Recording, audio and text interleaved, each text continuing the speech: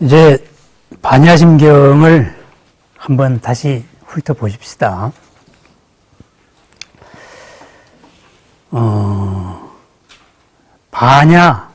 반야라는 말을 한번 생각해 보십시오.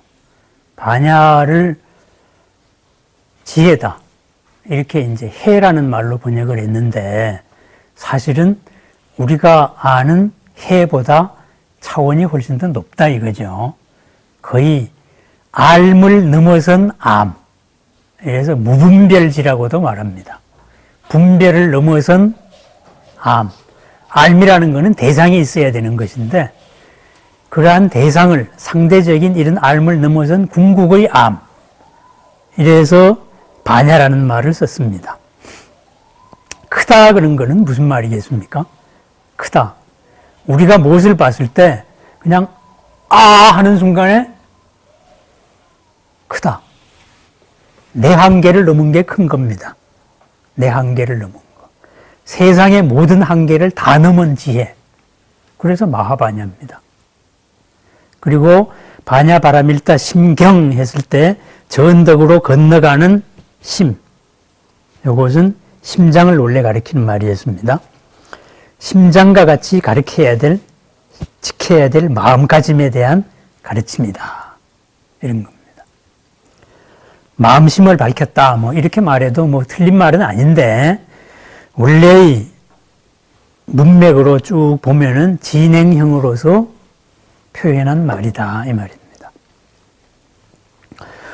온이 공함을 비추어 보아서 일체의 고액을 건넜다. 곤 했고, 그 다음에 이 온의 내용이 온이 공이다. 온이 공이다는 말로 이제 색이 공과 다르지 않고 공이 색과 다르지 않다. 색이 곧 공이고 공이 곧 색이다. 이런 말이 나왔습니다. 반야심경을 해설한 수많은 책들을 보면 전부 이거 가지고 장난칩니다. 쏙지 마십시오. 다 틀린 겁니다. 반야심경은 온이 공함을 밝히기 위한 것이지, 색이 공한 것을 밝혀가지고 물리학으로 물질과 에너지는 왔다 갔다 하고 이렇게 검증될 수 있어야 됩니다. 이따위 식으로 떠든 사람들이 많아요. 그러면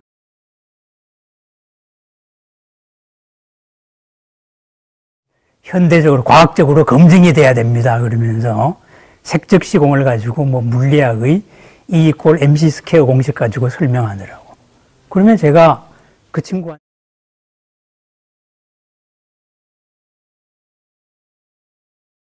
그러면은 수불이공, 수즉시색은 무슨 공식으로 설명할래? 그렇잖아요. 수상행식 역부재신데. 상즉시공, 공즉시색인데 상은 무슨 공식으로 설명을 할래? 이겁니다. 식즉시공, 공즉시색인데 그건 뭐로 설명을 할래? 이거. 반야심경의 색즉시공을 얘기하면서 전부 다 색해가지고 대상적인 존재로서의 대상에 몰입돼 버린다 이 말입니다. 생각이. 그게 우리 불교에서 가장 경계하는 겁니다. 절대적인 대상에 몰입하는 어떤 가르침으로 해석하는 순간에 우리는 걸림이 생깁니다. 이 뒤에 나오는. 고가 생긴다 이 말입니다. 걸리면은 두려운 게 생기고, 그죠? 두려운 게 생기면은 거꾸로 생각하게 됩니다. 고가 생깁니다. 색즉시공, 공즉시색은 흔히 보통 설명하는 존재론적인 가르침이 아니다 이 말입니다. 불교의 이러한 사고방식을 현대과학에 응용을 하는 것은 아주 좋은 태도입니다. 그렇지만은 거꾸로 그것이 이것이다라고 말하는 것은 아주 곤란한 생각이다 이 말입니다. 현대물리학과 불교의 이 불교의 관계에 대해 가지고 지금은 고전이 된 책이 있습니다. 현대물리학과 동양사상이라는 책이 있습니다. 지금 벌써 한 30년 됐습니다. 그것이 현대물리학적인 사고방식이 왜 나왔는가, 이렇게 해서 현대물리학적인 사고방식이 이 불교적인 불이론 이쪽에서 현상과 본체로 구분해가지고 생각하는 이런 서구 방식에는 없는 이런 방식에서 나왔다. 이것을 자세하게 논증을 했습니다. 그래서 동양 사상을 통해 이런 것을 해야만, 이해를 해야만 현대 물리학을 이해할 수 있다. 그래서 현대 물리학과 동양 사상이라는 책을 한번 검색해 보십시오. 아주 훌륭한 책입니다. 그런데 이런 우리 불교 사상을 가지고 현대 물리학을 설명을 했다 그래서 현대 물리학으로 불교를 설명하려 하면 안 된다 이 말씀입니다. 그것은 전도몽상입니다. 그것은 반야심경의 문맥을 오해한 사람들 얘기입니다. 색즉시공만 바라보지 총론인 온 개공으로서 도일체고액이 목적이다. 이 문장을 잊어먹은 사람들의 해석이다 이거죠. 지 지식 자랑하는 거다 이 말입니다. 그러면 심리학자들이 나와가지고 수불이공, 공불이색을 설명해야 될 거 아닙니까? 그래서 불교 과학 이런 소리에 쏙아 넘어가지 마시라 이겁니다. 그러한 모든 것이 공하다 했는데 공하다는 것을 잘 사람들이 못 받아들이니까 이게 대상적 존재로서의 공은 우리가 다 인식을 합니다. 색즉시공에 대해서 한번 생각을 해보십시다. 물질로 인해 가지고 생각을 해보면은 이것이 나무였고 나무를 이루는 원소가 뭐였고 걔가 우리 사람 손을 타가지고 이렇게 됐고 이게 다시 펄프로 돌아가고 이게 다시 이렇게 돌아가는 거는 알겠어요. 그런데 나는 어떻게 되느냐? 에? 이렇게 말해요.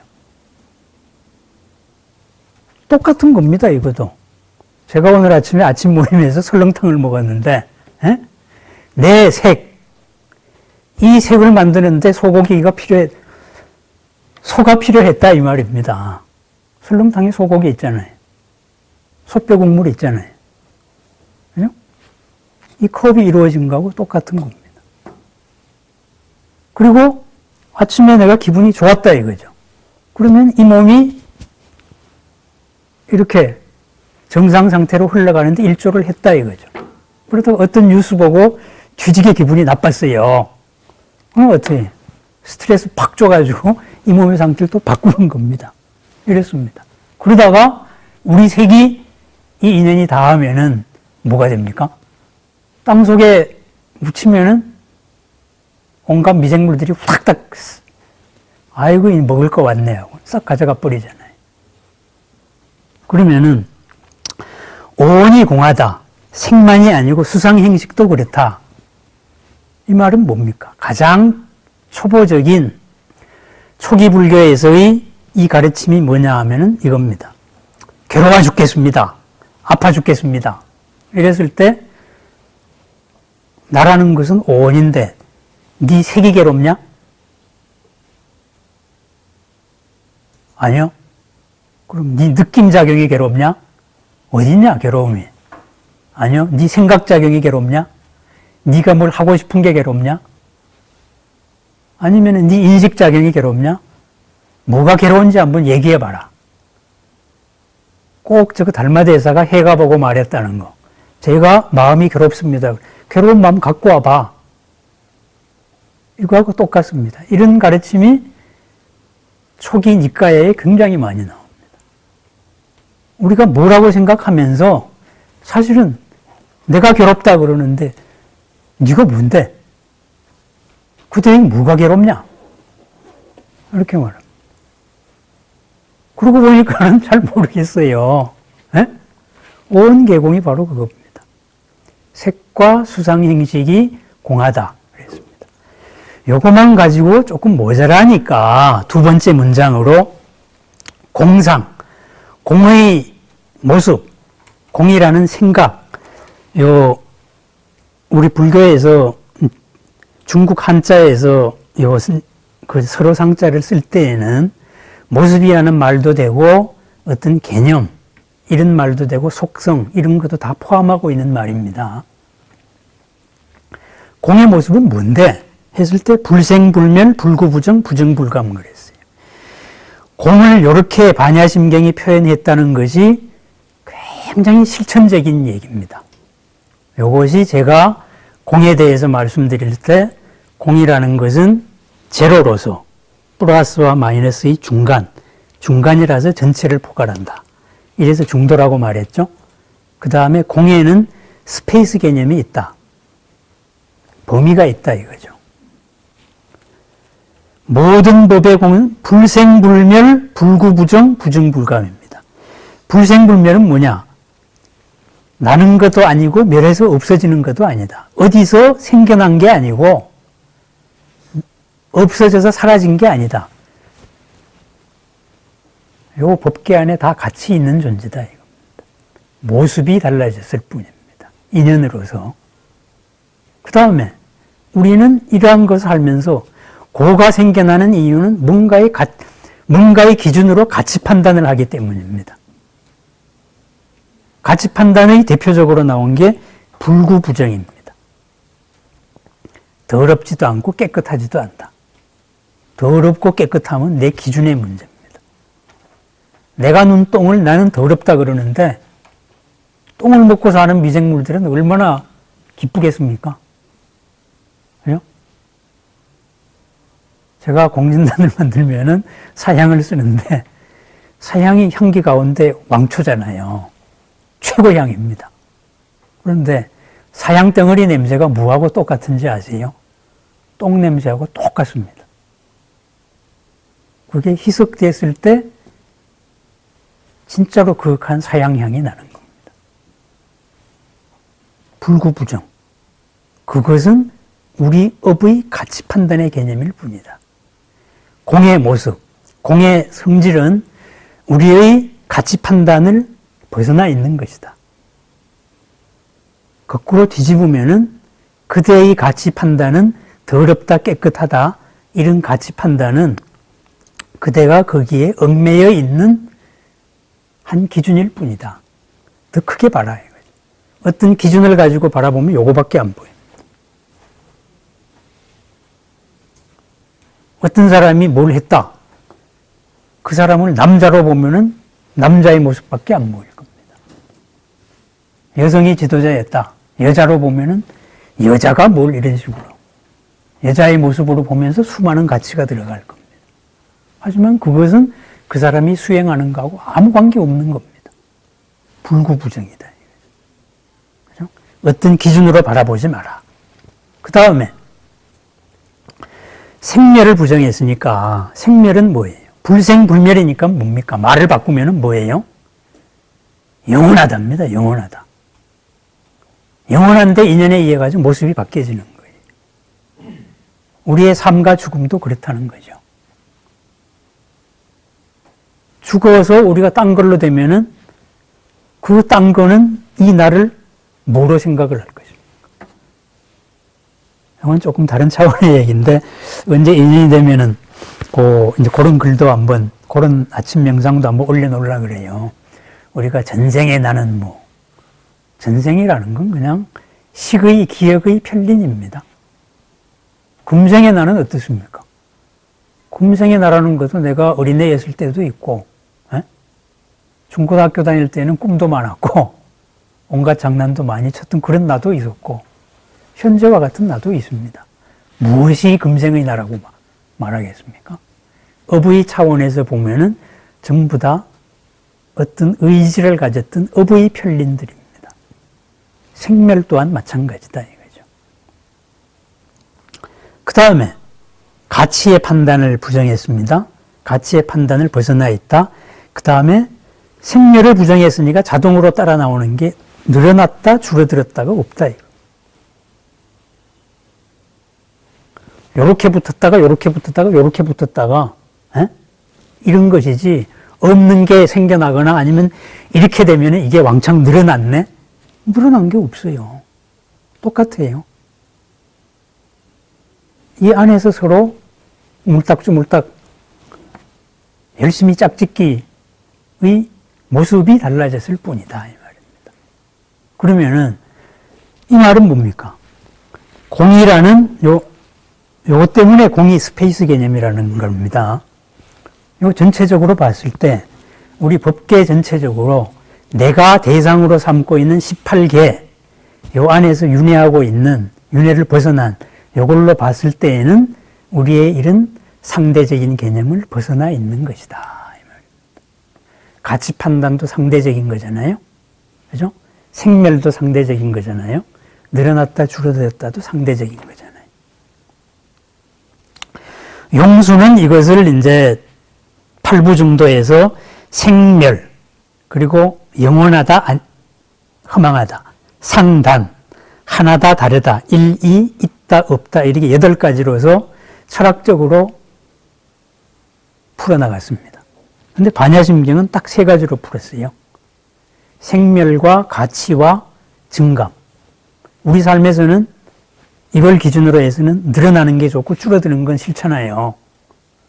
그래서 이게 실천적인 경전입니다. 이렇게까지 얘기를 해놓고 그 다음에 보완 설명으로 갑니다. 생멸이 없고 가치 판단이 없으니까 가치 판단을 벗어나 있는 거니까 그때의 가치 판단도 어떤 조건 변화의 한 모습일 뿐이다. 이렇게 말하니까 그 다음에 우리 인식의 구체적인 단계로 들어갑니다.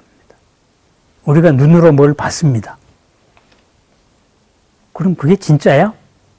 그런 거 없다 이 말입니다. 불교에서의 무자는 아니 비자하고 거의 같습니다. 아니 같습니다. 범어의 부정사가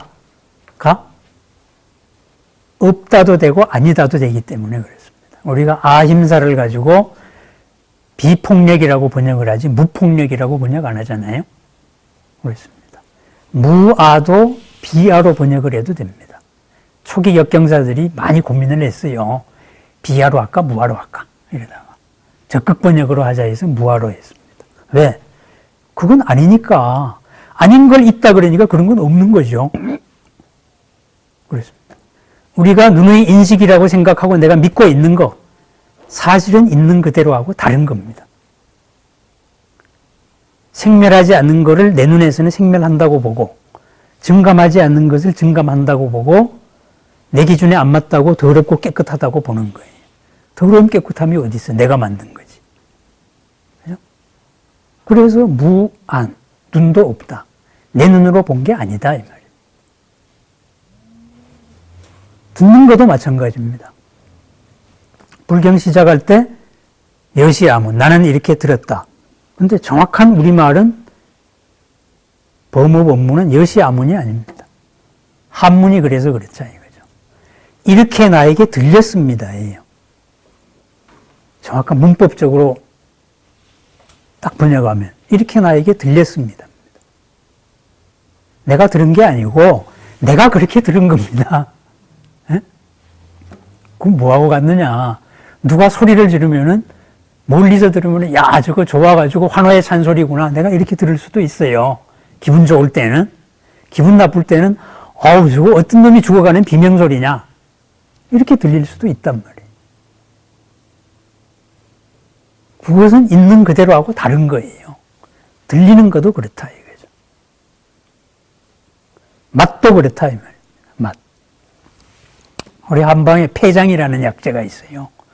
된장 썩는 냄새가 난다 그래서 폐장이라 그래요. 보통 사람들한테 폐장 따리 물 주면 못 먹습니다.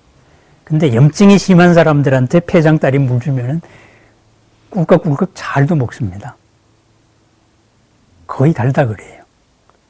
목이 심하게 말랐을 때 우리가 소금 먹으면 소금이 단맛 느끼듯이.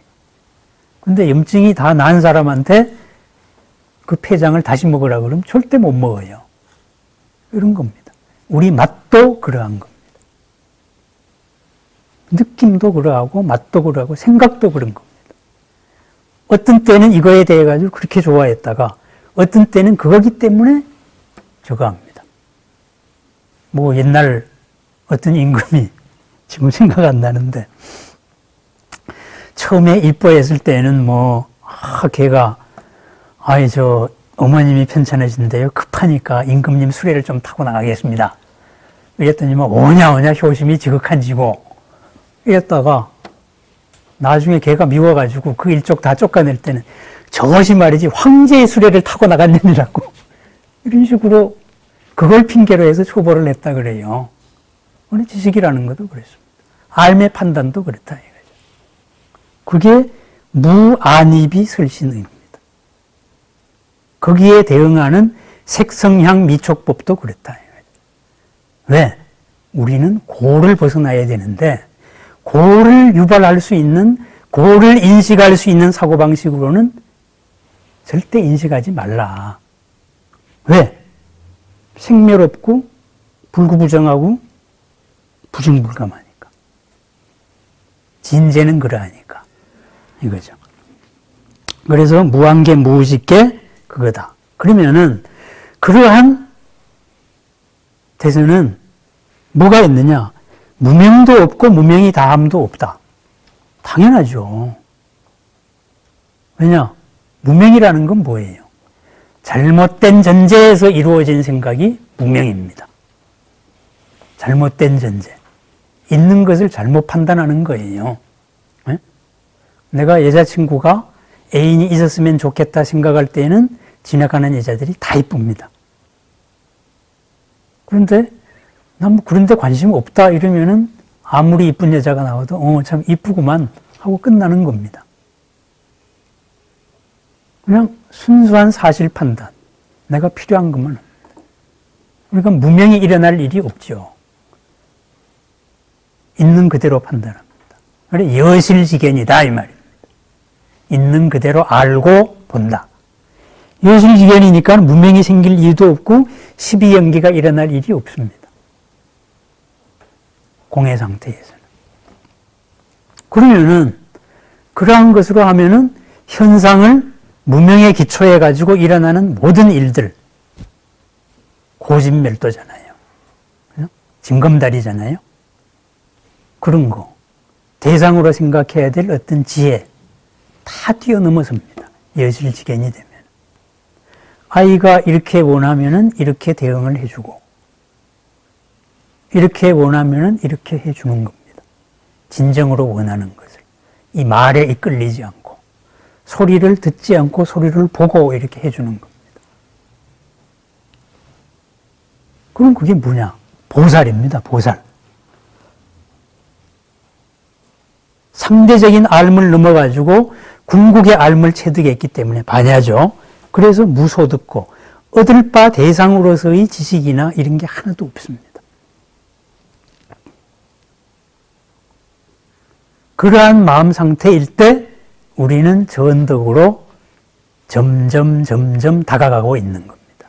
무엇으로? 반야로서. 맨 뒤로 말하면은 보디로서, 보리로서 다가가고 있다. 그러한 사람의 삶은 걸림 없고 두려움 없고 거꾸로 안 한다. 이 말입니다. 이 대목에서 제가 관자재보살 얘기를 좀 해야 되겠습니다. 왜 주인공을 관세음보살로 세웠느냐? 공사상을 얘기하면서. 그죠? 관세음보살이 뭡니까? 자비의 보살이잖아요. 자비의 상징이잖아요. 공이라는 이 절대 진리를 얘기하려면 지혜의 상징인 문수보살을 주인공으로 세웠어야죠. 왜 사랑의 보살을 공사상의 주인공으로 세웠습니까? 출제자의 의도입니다. 경전 편찬자의 의도입니다. 그리고 부처님 당시에 총 대빵이 누굽니까? 사리자예요. 부처님 대신 설법한 사람이 사리불입니다. 부처님보다 나이도 많았고 다만 부처님보다 먼저 돌아가셨으니까 이대가 가섭이 되었을 뿐이죠. 그럼 사리불로 표상되는 지금까지 이 대승이 일어나기 전까지의 여러 부파 불교들, 당신들은 잘못됐다. 당신들의 가르침은 잘못된 게 아닌데 그대들의 지금 하고 있는 행실이나 하고 있는 짓거리들은 전부 꽝이다. 잘못됐다. 그래서 그대들이 하고 있는 불교 양태가 잘못됐으니까 그렇게 살지 말어. 사리불로 대표해 부처님 가운데 누구나 알 수 있는 지혜의 최고대장, 이 사리불이 공을 모르는 것 같이 연출을 해낸 겁니다. 관세음보살이 어떤 분이냐? 천수다란이에 나와 있습니다. 이 세상이 맨 처음 만들어졌을 때 그 이야기가 길고 상징도 굉장히 많습니다. 근데 간략하게 요약을 하면 이랬습니다. 이 세상이 처음 만들어져 가지고 세상이 현재와 같은 형성기에 있을 때 생로병사 하듯이 성주개공해야 되잖아요. 그런 때 이제 거인을 둘을 만들었어요. 사람 거인 둘을 만들었는데 이거 만든 그때의 대빵이 가만히 보니까 너무 이쁜 거야. 이래가지고 해서는 안 될 말을 해버렸어요. 야, 내가 니들 소원 한 가지만 들어줄게 그랬어요. 그런 말은 하면 안 되는 겁니다. 한 가지 소원 들어줄게 그랬어요. 그랬더니만 이 거인 둘이서, 남녀 거인 둘이서 뭐라 그랬게요? 죽지 않게 해주세요 그랬어요. 영원한 생명물, 감로수, 앞니딸을 달라 그랬어요. 안 죽게 되면 어떻게 됩니까? 딴 놈이 나를 못 죽이잖아요. 그죠? 그럼 나는 딴 놈을 다 죽일 수 있잖아요. 영원한 지배자가 되는 길입니다. 안 죽는 게. 그죠? 근데 약속을 했으니까 그거 어떻게 해요? 이래가지고 그때의 바다가 생명의 바다니까 우유의 바다입니다. 그래서 저기 우유의 바다를 한참 젓다가 보면은 그 바로 불사의 물이 감로수가 나온다 그랬어요. 이래가지고 둘이서 절을 내니까 그게 져집니까? 그러니까 산지 사방에 돌아다니면서 사기를 쳤죠. 에? 힘을 모아서 저 우유의 바다를 젓자. 저기서 감로수가 나오면 다 나눠줄게. 다 안 죽을 거야. 이런 식으로 꼬드긴 거죠. 사기죠. 이렇게 해가지고 총동원돼 가지고 용들에서 시작해 가지고 좀 길어요. 그래 딱 바꾸겠습니다. 이렇게 해서 우유의 바다를 졌어요. 다 안 죽으려고.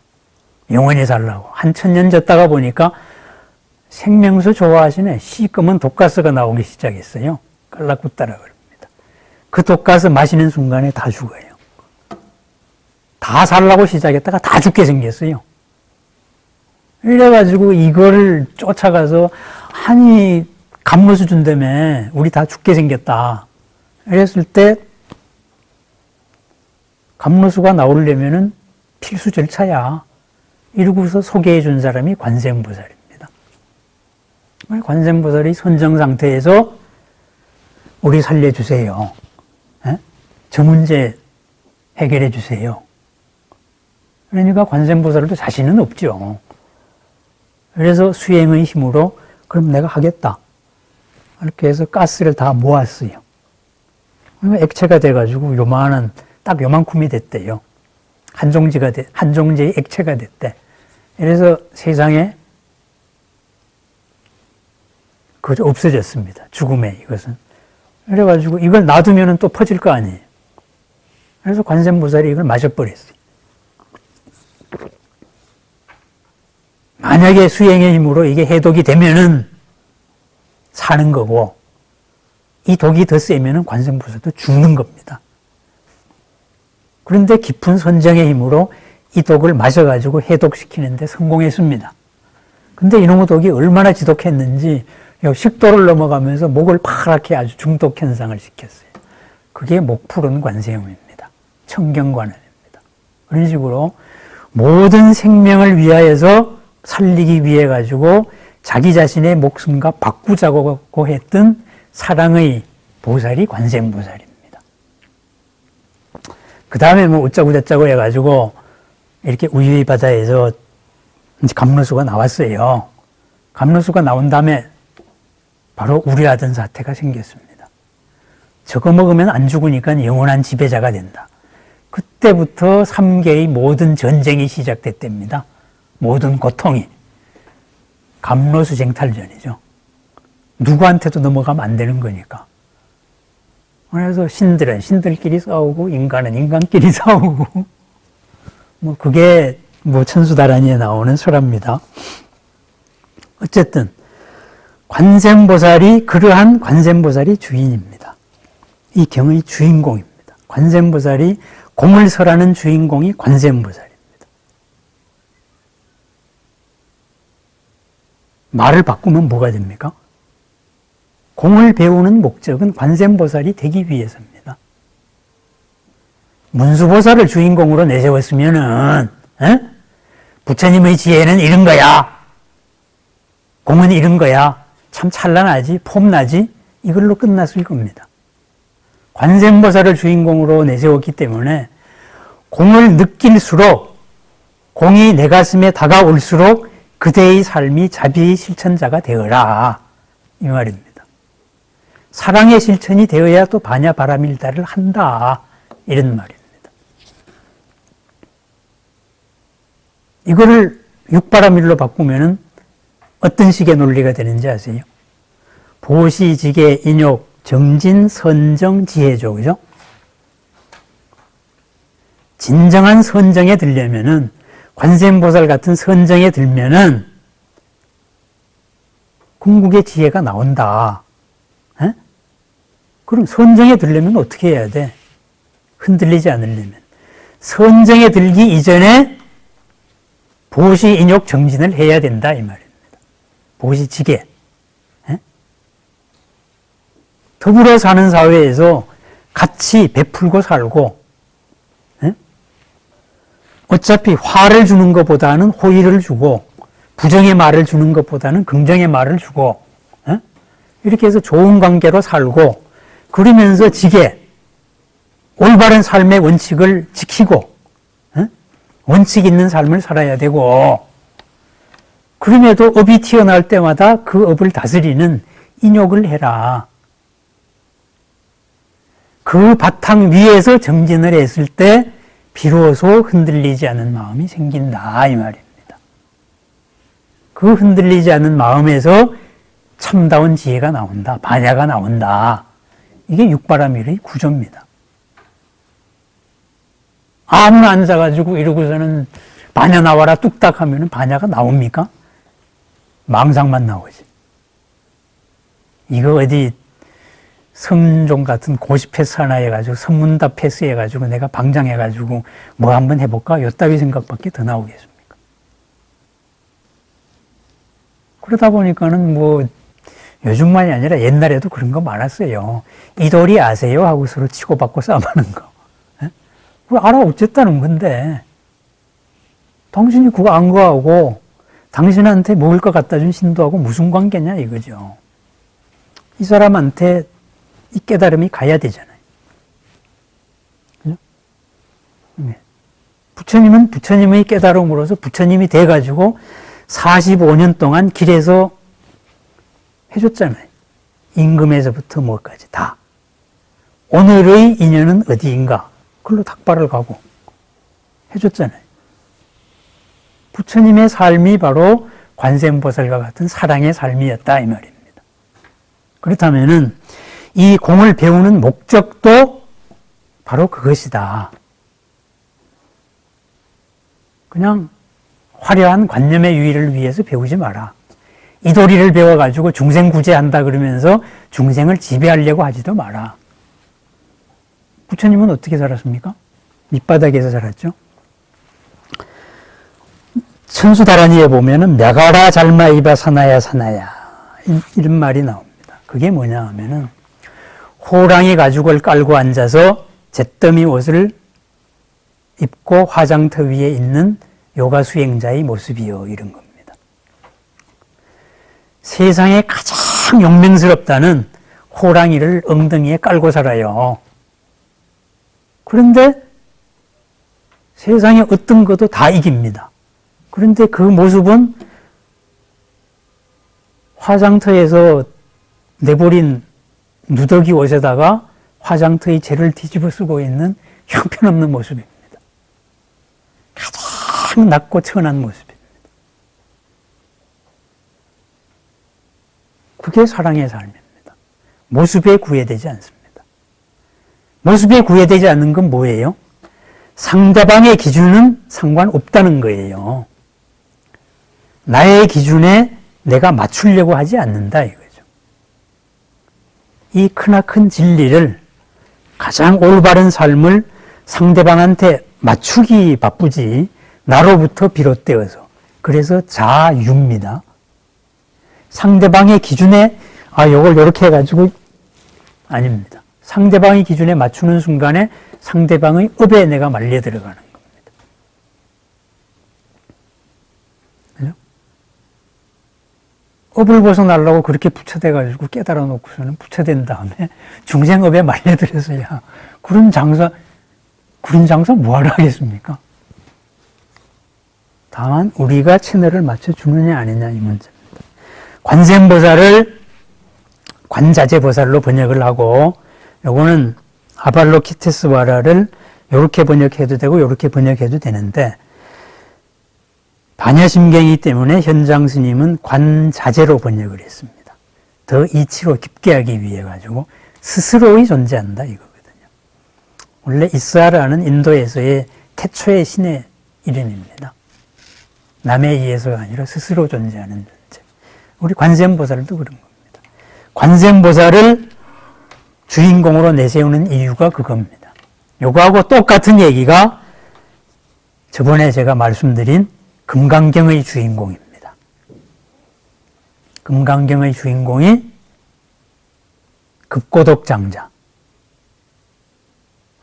산더미같이 땅 산다고 금화 뿌릴 정도의 돈을 가진 사람이 한 일은, 그 돈을 벌어 한 일은 외롭고 홀로 되어서 살기 힘든 사람들을 살리는 일이었습니다. 급고독장자의 동생은 수벌이었습니다. 형은 그렇게 제가 보살로 살고 동생은 출가해서 아라한이 되었습니다. 수벌이는 뭐로 깨달음을 얻었느냐? 자애간으로 얻었습니다. 지극한 자비간, 자애간, 나를 사랑하는 마음이 온 법계에 퍼진 마음으로 됐습니다. 그래서 수보리의 별칭이 보시할 만한 가치가 있는 자 가운데 최고. 누가 수보리한테 보시해 주는 순간에 진심 어린 축복이, 진심 어린 사랑의 축복이 갔거든요. 그러니까 수보리한테 올린 공양은 항상 직방이었다. 이런 말이 되는 겁니다. 그럼 금강경의 그러한 공사상의 원형에 되는 거, 금강경은 이거보다 훨씬 전입니다. 그죠? 이 사상을 공부하는 목적은 재가면은 급고독장자같이 살고 출가면은 수보리같이 살아라. 똑같이 그렇게 살아라. 그럼 수보리의 삶을 우리 재가로 따지면 뭐가 됩니까? 내 밥값을 밥값 이상으로 하는 겁니다. 내 역할이 누군가한테 필요하면은 그 사람이 생각하는 기대 이상으로 자애간으로 그 필요성을 만족시켜 주는 겁니다. 그 대가로서 나는 먹고 살아요. 그런데 일정 가격 이상으로 내 마음을 쏟아주니까 그게 뭐예요? 대가를 넘어선 보시잖아요. 무주상 보십니다. 돈 안 주는 거 해주는 거, 대가 없는 거 해주는 거. 수벌입니다. 무조건적인 축복입니다.